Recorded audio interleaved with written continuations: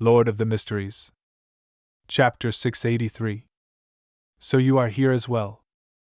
Black spirit body threads that stemmed from different life forms appeared in Klein's vision, but he didn't immediately extend his spirituality to attempt to control them.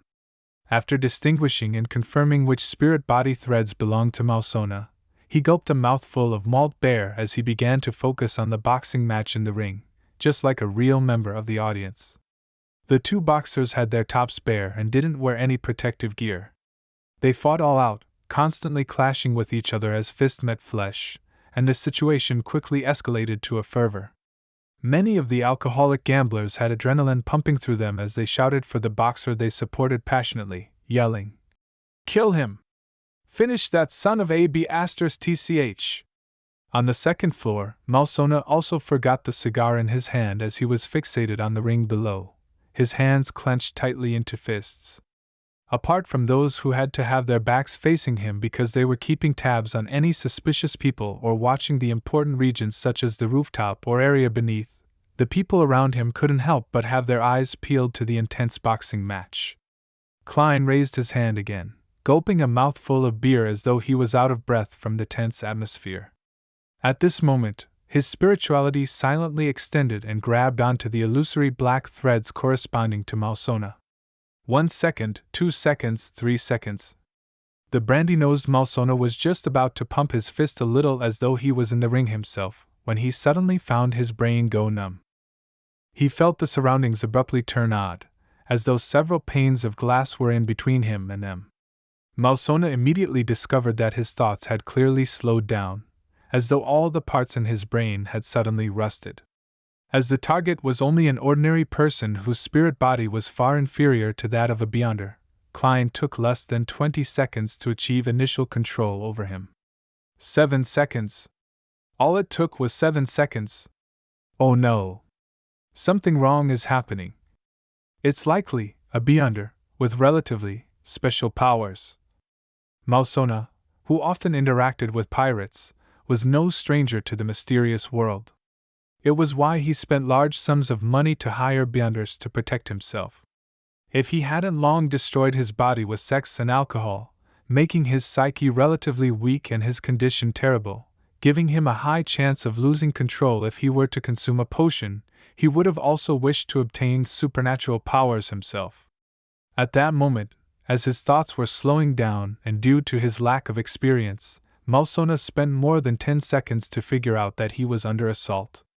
He immediately reached out his arm and opened his mouth in an attempt to shout for help. However, his actions were extremely slow, and his voice was weak. With a number of his bodyguards around him engrossed in the exciting and nerve-wracking boxing match, and the audiences roaring in an ever-increasing crescendo, as well as all the guards along the perimeter putting their attention on any possible attack locations to protect their employer, his obvious abnormality ended up being neglected. When the climax of the match received a temporary respite, a number of bodyguards and subordinates turned to look back at their boss, and they saw that his eyes appeared somewhat in a daze. His hands didn't seem to be in the right place, as if he was still caught up in the match, anxiously awaiting the final results. The corners of the mob boss's eyes had tears welling up as he tried hard to release his fingers to drop the cigar to attract the attention of his subordinates, but he discovered in despair that his line of thought was becoming highly impeded and stiff. Even a simple action needed more than a minute to complete, and his fingers were even resisting his will. Pa! The burning cigar finally fell to the ground as Malsona's tears flowed down to his neck across his cheeks. A few bodyguards discovered this and were just about to ask their boss if it was because the match was too exciting when Malsona suddenly bent down. As he wiped his face, he picked up the cigar. "That was an excellent match! Give the victor more money!" Malsona flicked the cigar and pulled up his collar as he grinned happily. He didn't say exactly how much was to be given, as Klein didn't know the market rates. All he could do was give a vague comment. Yes, Malsona of the Lone's new party had already become his marionette. As this mob boss was only an ordinary person, and his spirit body was even weaker than most healthy humans, all it took was 2 minutes and 15 seconds. If the time needed was any longer, he would have had to divert his attention to create an illusion to create some chaos, making the bodyguards place their attention on protecting Malsona and not being able to discover his abnormality in time. "Kill him! Kill him!" The shouts of the audience suddenly turned uniform as the match in the ring came to its end. Malsona also allowed his bodyguards to continue watching the match. When a boxer collapsed to the ground unconscious, Malsona took a swig of his cigar and said, "To the lounge. I want to take a break." "Yes, boss." His bodyguards and subordinates immediately surrounded him, escorted him to the corridor on the second floor, and helped him open the door to the lounge. After instructing his guards to guard different critical spots and to not disturb him, Malsona paced around and opened a safe. He found documents involving all kinds of new drugs and selected the most important ones. Following that, he placed the documents and an address he cut from the newspapers, as well as a total of £758 in cash into a briefcase. With a creak, he opened the door and called for a subordinate. "Throw this bag under the 3rd Street lamp around the alley." "Yes, boss." The subordinate didn't inquire why. This was a rule. After closing the door again, Malsona found 3 candles and items with spirituality, and used a pen and paper to carefully draw the corresponding symbol of the fool, a half-pupilless eye which represented concealment, and the contorted lines which represented change. Then, this mob boss who had become a marionette lit the candles, used cologne to represent essential oil and extract, and solemnly held a bestowment ritual. He softly chanted the fool's honorific name, and he used ancient Hermes, which he originally didn't know, to recite the corresponding incantation. Following that, he picked up the item with spirituality and let it fuse into the wind, constructing an illusory door with the transformed candlelight. If he couldn't find any items with spirituality, Klein had planned on using Malsona's blood. A human's blood was an item with spirituality to begin with. In the washroom on the 1st floor, Klein took this opportunity by taking 4 steps counterclockwise and going above the gray fog. He didn't use the Black Emperor card, and instead, he directly stirred some of the powers of the mysterious space, combining it with the paper figurine before throwing it through the bestowment door. The pitch blackness immediately transformed into an angel with 12 pairs of wings. It flew through the illusory and mysterious door, passing through the pitch-black depths of the void and arriving where Malsona was. This was to disrupt any subsequent investigations via divination, prophecy, or other beyonder powers.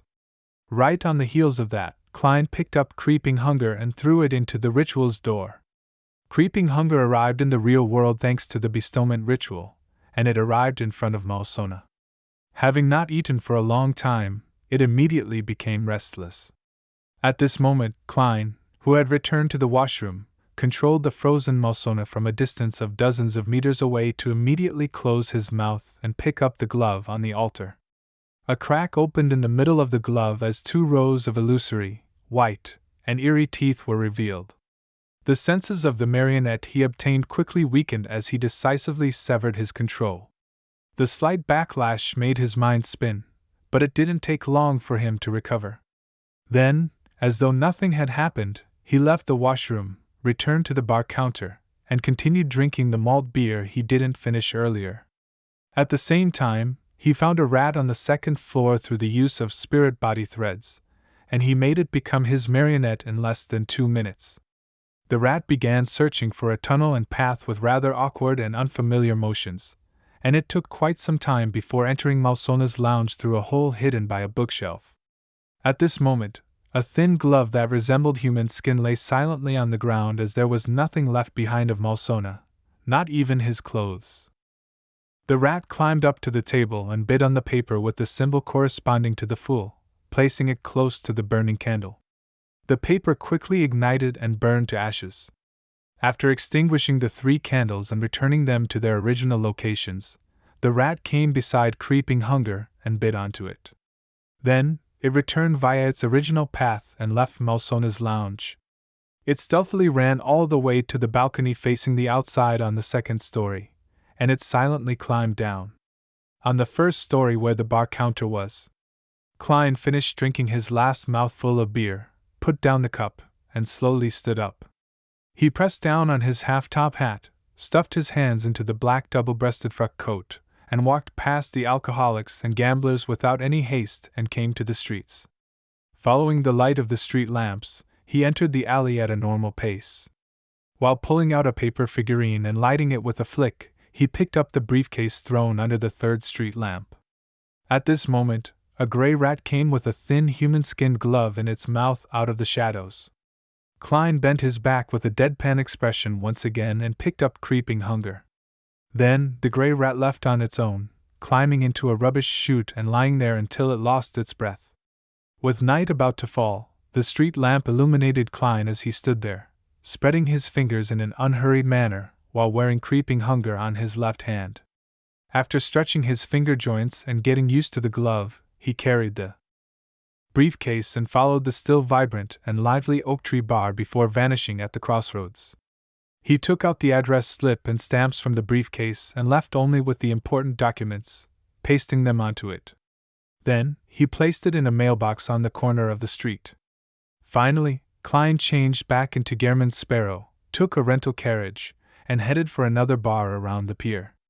It was a bar provided by Anderson that had relatively more pirates. Upon entering the bar, Klein swept his gaze and took in the interior. Suddenly, he saw a familiar figure. The figure had a medium-sized build, and his lips were purple. His brown eyes hid an intense maleficence that left one afraid.